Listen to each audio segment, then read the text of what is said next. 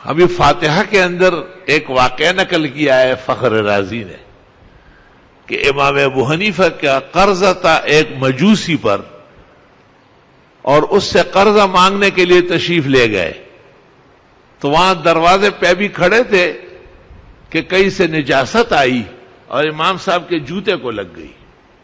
امام صاحب نے جوتا پٹخ دیا تو وہ سامنے ہی مجوسی کی دیوار پر گر گئی. حضرت بڑے پریشان کھڑے رہے. بچی نکلا، ایک مجوسی کو کہو کہ ابو حنیفہ آیا ہوا ہے. وہ باہر بھاگا بھاگا آیا اور کہا حضرت کچھ دن چاہیے، بہت معافی چاہتا ہوں، بہت معافی چاہتا ہوں.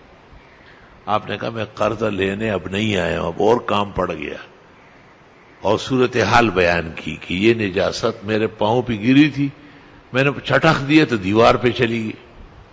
اب اگر میں نہیں ہٹاتا تو میری وجہ سے دیوار گندی ہو گئی اور میں چلا جاؤں.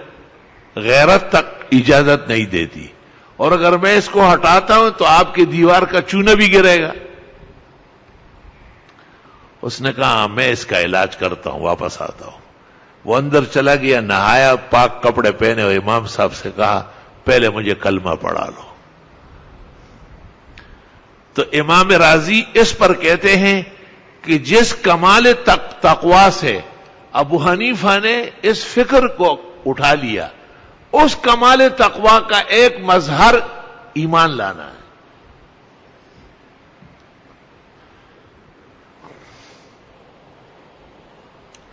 اللہ اکبر.